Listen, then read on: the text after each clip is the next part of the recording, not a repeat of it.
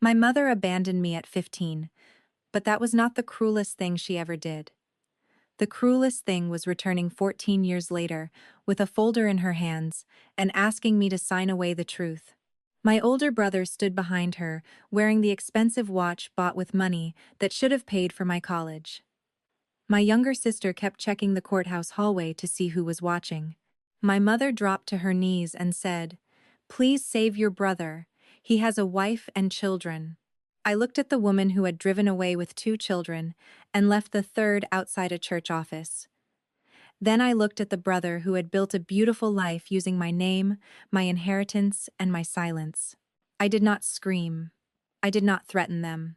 I only said, "You already decided I wasn't family."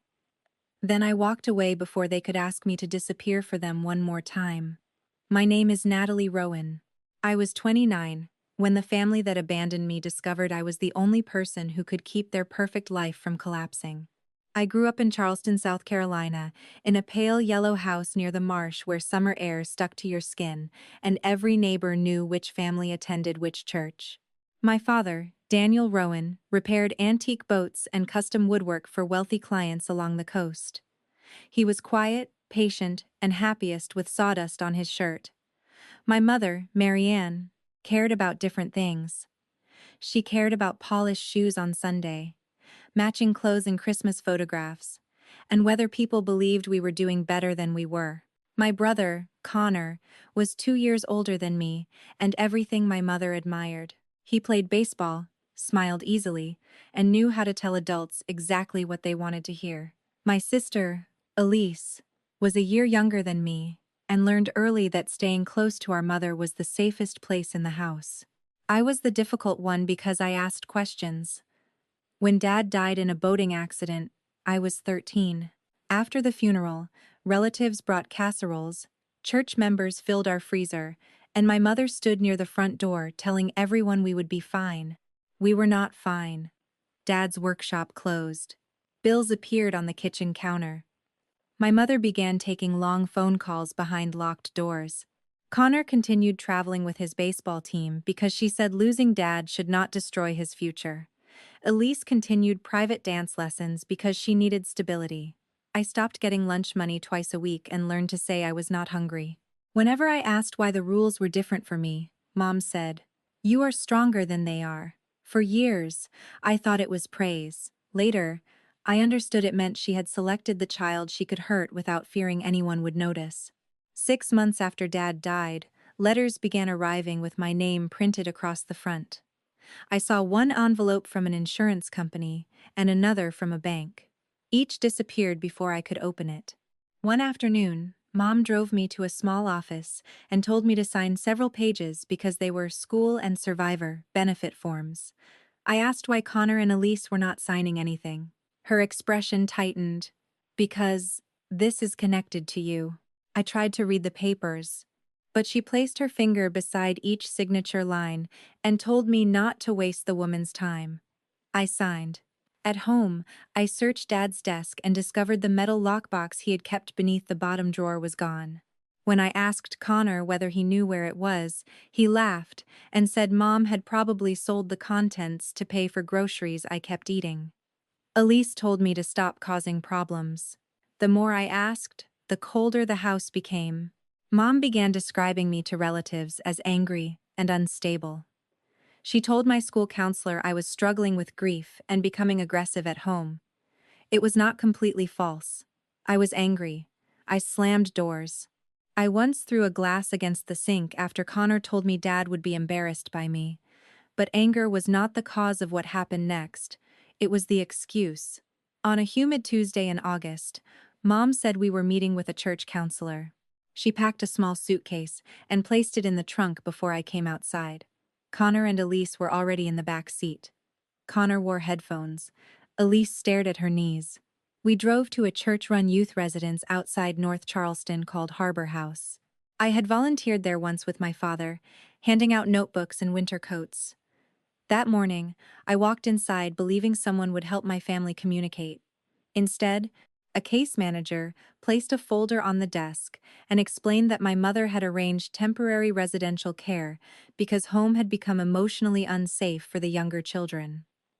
Younger children. Not my brother and sister. Not Connor and Elise. Just the children still being kept. I grabbed Mom's sleeve and asked when I was coming home. She pried my fingers loose one by one. "This is better for everyone," she whispered. I asked whether Connor and Elise wanted me gone. Neither looked at me.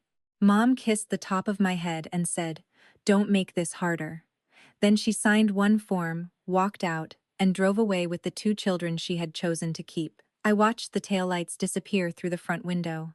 For months afterward, every time a car entered the parking lot, I believed it might be hers. Harbor House was not the nightmare people imagine when they hear the words group home. Nobody chained doors or served rotten food. That almost made the abandonment harder to explain. The staff were overworked but mostly kind. The bedrooms held 4 metal-framed beds, each with a narrow dresser and a bulletin board. Dinner arrived on plastic trays.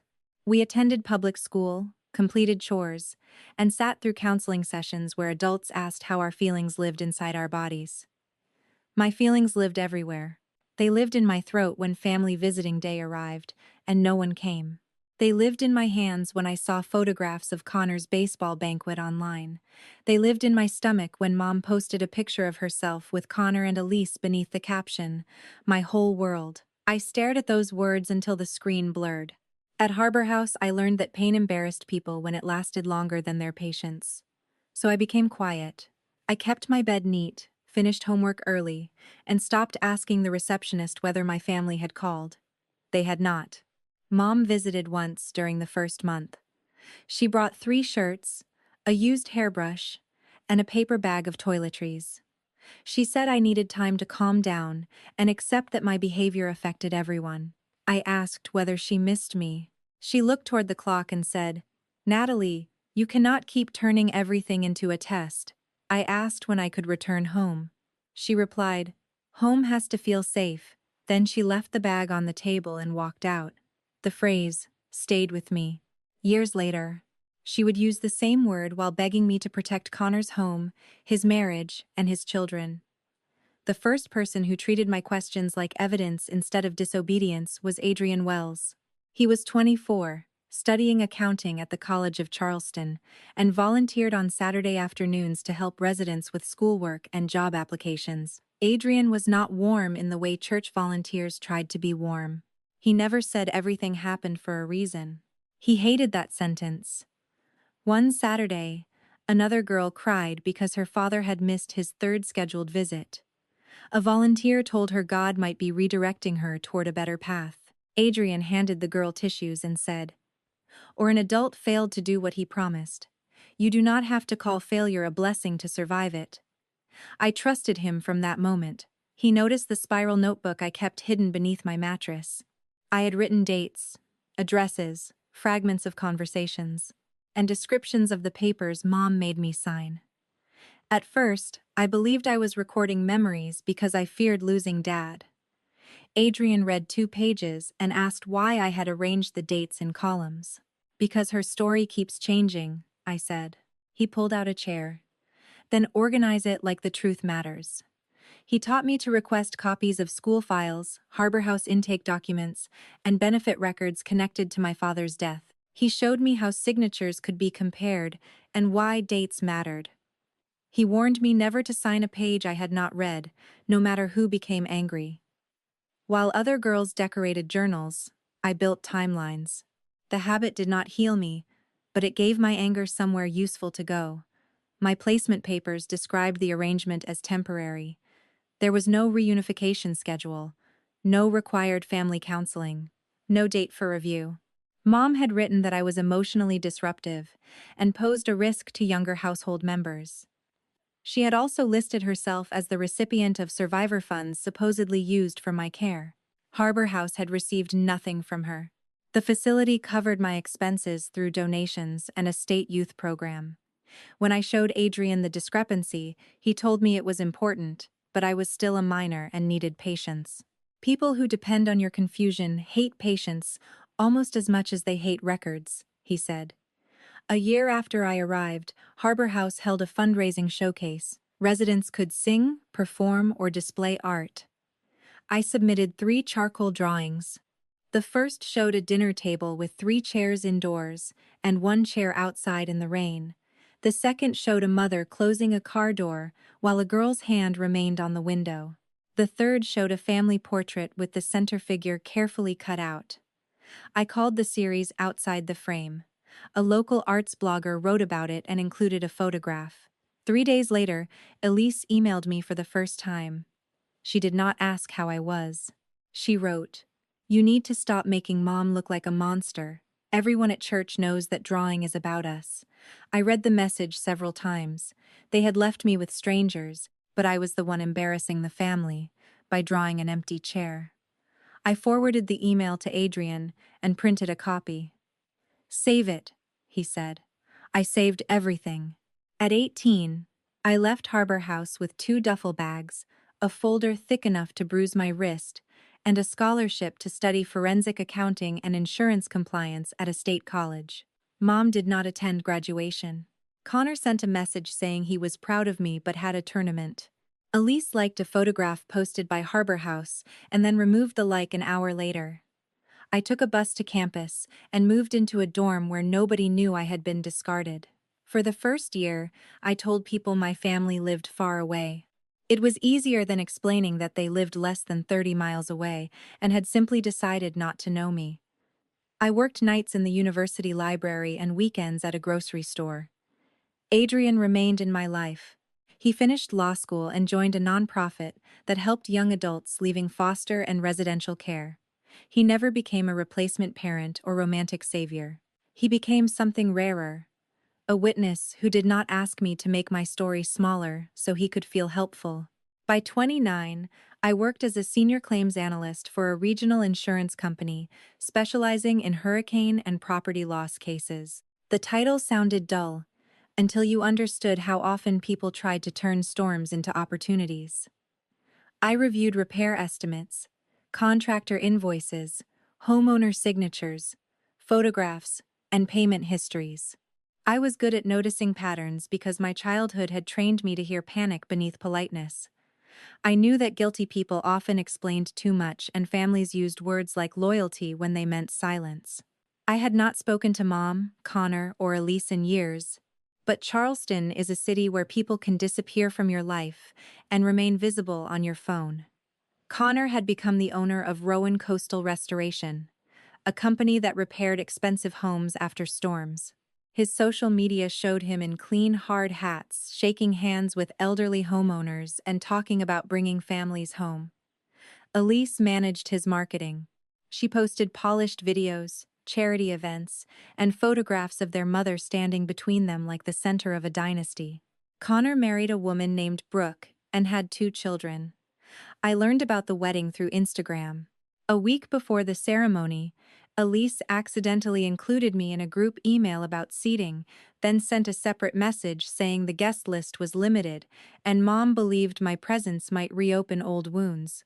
The wedding photographs showed an empty chair beside Dad's memorial candle. The caption read, "Those we love are always with us." My living body had been excluded, but my dead father had been invited as decoration. The case that brought them back to me began after a late-season hurricane brushed the Carolina coast. The storm was not catastrophic, but it tore shingles from roofs, flooded ground floors, and created enough confusion for dishonest contractors to hide inside legitimate damage. My department reviewed a group of claims connected to several renovation companies.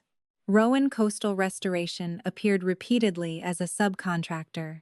Because Connor was my brother, I disclosed the relationship immediately. My supervisor, Helen Park, offered to transfer the files. I almost accepted. Then she said, "A conflict becomes dangerous when it is hidden. You disclosed it. We will add oversight and let the documents lead." The documents led somewhere ugly. Several estimates included work never completed. Photographs from one damaged porch appeared in 3 separate claims. Elderly homeowners had signed blank authorization pages, later filled with larger amounts. One loan package used collateral connected to an old family trust, My name appeared as a beneficiary who had supposedly consented. The signature beneath my name was careful, rounded, and completely false. I sat alone in a conference room staring at the scanned page. 14 years of distance collapsed into a single line of ink. The trust was connected to Dad's life insurance settlement. His money had not vanished after his death. A portion had been assigned to each child, with mine intended for education and early adult support. While I lived at Harbor House on donated clothing, Mom had moved my share into accounts used to support Connor's baseball travel, Elise's lessons, and eventually Connor's first business equipment. My forged signature appeared on more than one transfer. The paperwork did not tell me whether Elise knew everything. It did show that Connor continued using assets tied to my name years after becoming an adult. I did not call them. I followed company procedure, preserved the records, and turned the findings over to Helen. 2 days later, Mom called from a number I did not recognize. I let it ring. Then Connor texted, "We need to talk before strangers destroy this family." Elise sent another message. "Brooke doesn't know about the old financial arrangements. Please don't blow up her children's lives, because you're still angry at Mom." They had not spoken to me in years, yet both messages began with instructions. Nobody asked whether I was safe, shocked, or hurt. Their first concern was the life built on top of what had been taken. I agreed to one meeting at Adrian's nonprofit office, not because I planned to help them, but because I wanted to hear whether any of them could tell the truth without being forced. The meeting took place on the Monday before Thanksgiving. Mom arrived in a camel-colored coat, thinner than I remembered but still carrying herself like every room belonged to her. Connor wore a tailored navy suit and the same easy smile from childhood, though his eyes were red. Elise held 2 phones and kept one face down on the table. Adrian sat beside me with a legal pad. He was there as my advisor and witness, not to turn the meeting into a courtroom. Mom began by saying she had prayed for this reunion for years. I asked why prayer had never led her to my phone number. She flinched and shifted toward grief. "After Dad died," she said, "everything happened too quickly. Bills arrived. Connor's scouts were watching him. Elise needed stability. I had become angry and impossible to manage. Sending me away was supposed to last only a few months. "Why didn't you bring me home?" I asked. "You seem to be doing well there. I was a child living in a group home." "You had structure. You always liked structure," Connor interrupted. He said reopening the past would not solve the current problem. Rowan Coastal Restoration employed 23 people. Families depended on the company. Brooke was terrified. His children had heard rumors at school.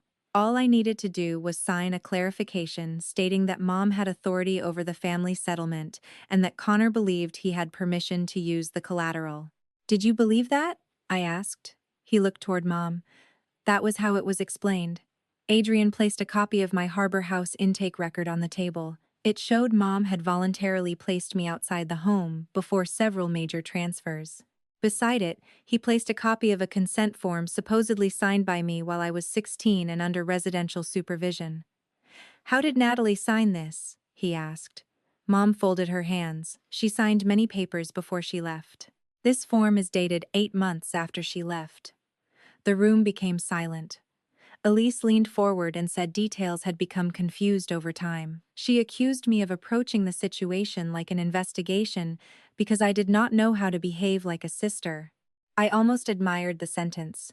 They had forged my name, taken my money, excluded me from milestones, and now my precision was the family failing. Mom reached across the table.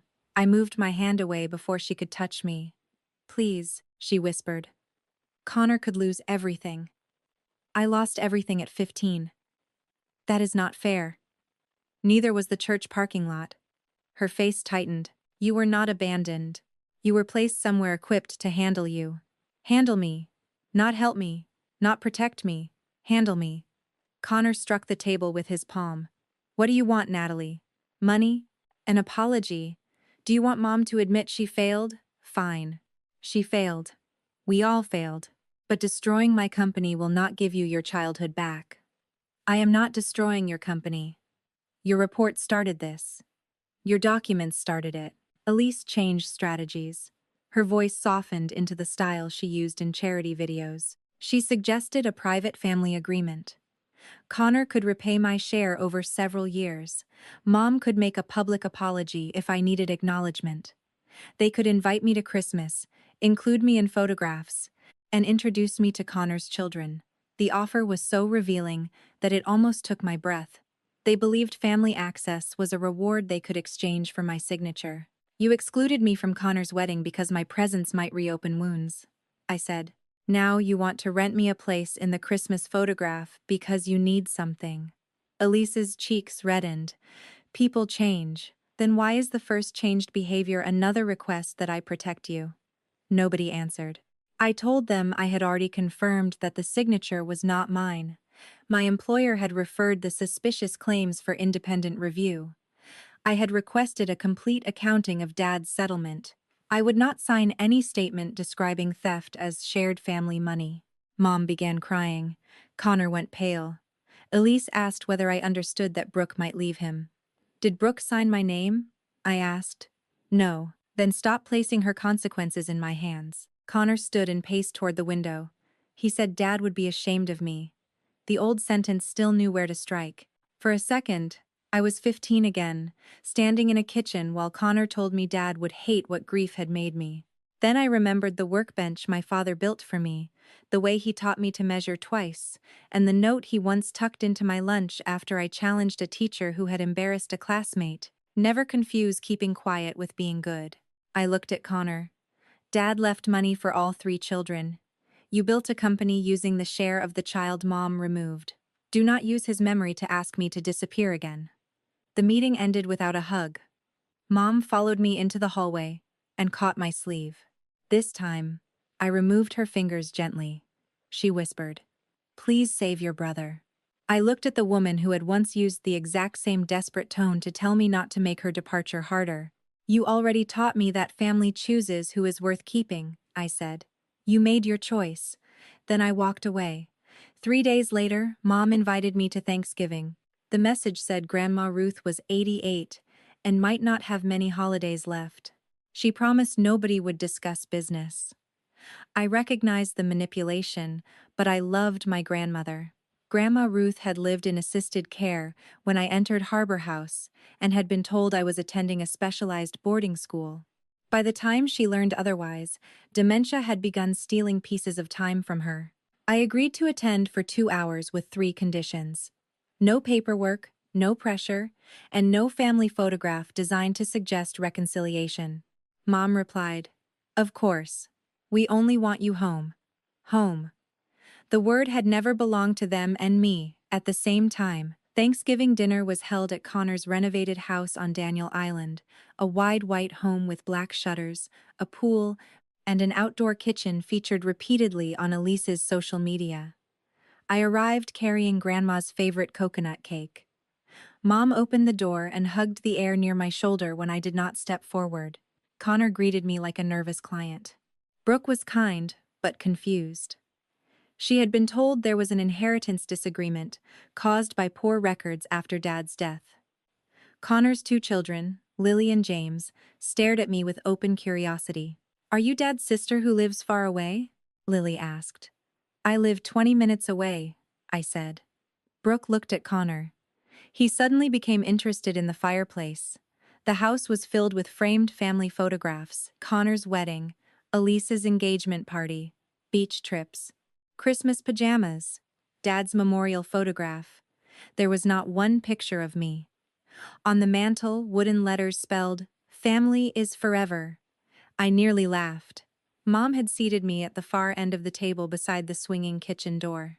Connor sat near the head with Brooke. Elise placed her phone on a small tripod to record candid holiday moments. I reminded her of my condition. She said the camera was for Grandma. I turned it toward the wall. Dinner began with Connor thanking God for second chances and family unity. Nobody mentioned that unity had been requested only after financial investigators began calling. For 20 minutes, everyone performed normal. Brooke asked about my job. Lily told me she wanted to become an artist. Grandma Ruth held my hand and called me by Mom's name twice before suddenly recognizing me.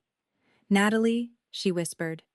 "You came back." "I did," she frowned. "They said you went to school." The room tightened. Mom quickly offered her more water.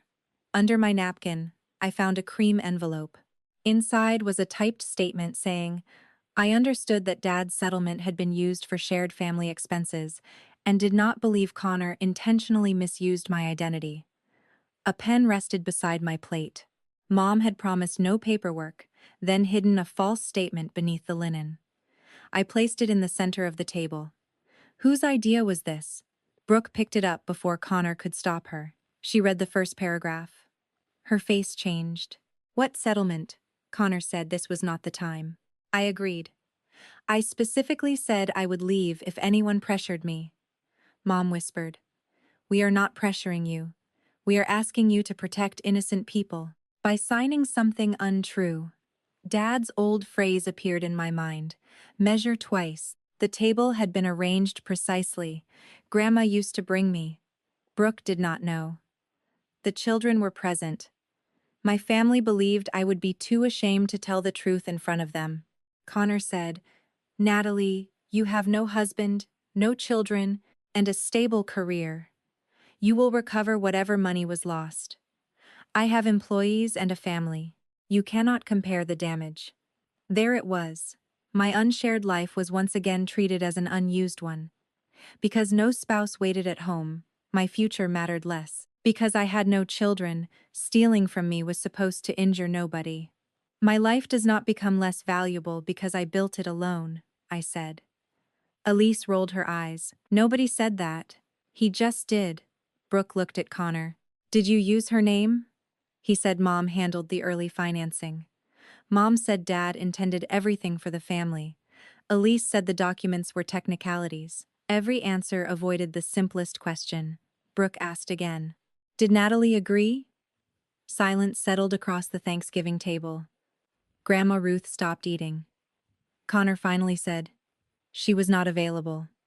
I laughed once. I was 15 miles away in the group home Mom placed me in. Brooke dropped the paper. Lily asked what a group home was. Mom snapped that children should leave the table. I stood before the children could be sent away to protect adults from the truth. Mom grabbed my wrist. "If you walk out now, you will destroy this family." I looked down at her hand. "You said the same thing when I begged you not to leave me." Her fingers loosened. I reached into my purse and placed 3 objects beside the false statement. The spare key Mom had mailed me when she first invited me back, a list of every family account or emergency contact from which I had removed my name, and the printed email Elise sent when I was 16 telling me to stop making them look bad. "I will not sign. I will not hide this. I will not continue a relationship built around what I can save for you." Connor accused me of revenge. "No," I said. "Revenge would be hurting you because I enjoy it. This is me refusing to lie while the truth does its own work." Grandma Ruth squeezed my hand. "Take the cake," she said loudly. "They don't deserve that either." Despite everything, I smiled. I kissed her forehead, picked up the coconut cake, and walked out before dessert. The family photograph appeared online that night. My chair had been cropped out, and Brooke was missing too. Elise captioned it, "Even difficult seasons cannot break what God joined together." Within a week, Brooke took the children to her sister's house after learning that Connor had hidden both the investigation and the source of his original business money. Several homeowners came forward after the company's insurer contacted them. Payments were frozen while the work was reviewed. I did not celebrate. Employees and families were caught in damage they had not created. But I also did not step in to soften consequences that belonged to Connor. Mom called repeatedly, leaving messages that moved from pleading to rage. One said, "You got what you wanted." I deleted it. What I wanted had been a mother at visiting day, a sister who asked whether I was alive, and a brother who refused to benefit from my disappearance. None of those things could be delivered through a voicemail 14 years late. The recovered portion of Dad's settlement was eventually returned through the sale of equipment and property connected to Connor's business. I did not buy a luxury car or a larger home. I created a scholarship at Harbor House for residents aging out of care. I named it the Outside the Frame Fund. The first award went to a 17-year-old girl studying graphic design who believed anger made her ungrateful. I told her anger was information. What she built from it was still her choice. Adrian stood at the back of the room during the small ceremony, holding a box of the same cheap notebooks he had once brought on Saturdays. Mom attended without warning and sat in the last row. I did not remove her, and I did not acknowledge her from the stage. For once, she had to watch my life without controlling the story. Afterward, she approached me in the parking lot. She looked older and carried no folder. "I am sorry," she said. I waited. She admitted she had chosen the child most likely to survive without her, because she was afraid Connor would lose his future and Elise would fall apart. "I told myself you were stronger," she whispered. "You were. That made it easier to sacrifice you." It was the first true thing she had ever said about what happened. I did not hug her. I told her honesty mattered, but honesty did not restore access. We could speak through scheduled calls if she respected my boundaries. Connor and Elise were not allowed to use her as a messenger. She nodded. Whether she understood or merely feared losing the last possible connection, I could not yet tell.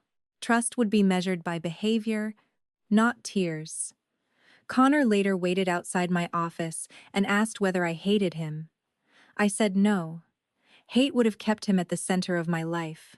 He asked what he was supposed to do after losing contracts, his marriage, and the reputation he had spent years building. I thought about the church window and the taillights disappearing. "You figure out who you are without using what belonged to me," I said. Then I walked past him. Elise sent one final message. "I hope being right keeps you warm." I replied with the email she had sent at 16 and one sentence. "You were never afraid I was lying. You were afraid people would believe me." Then I blocked her. My life became quieter after that. I kept working, taught record protection workshops at Harbor House, and converted the spiral notebook from beneath my old mattress into a framed reminder above my desk, not because I wanted to live inside the past, but because the girl who wrote those dates had saved the woman I became. She had no money, no family advocate, and no certainty anyone would listen. Still, she recorded the truth. I used to believe healing meant becoming soft enough to welcome everyone back. Now, I understand healing can mean becoming clear enough to stop opening the door to people who only knock when they need shelter from consequences. Blood may explain why someone had access to you. It does not give them ownership of your name, your future, or your silence. My family did not collapse because I told the truth. It collapsed because the version they built required me to remain outside the frame. So tell me honestly, if the mother who abandoned you returned only to ask you to save the brother who benefited from your disappearance, would you give them one more chance because they share your blood, or would you finally choose the life they taught you to build without them?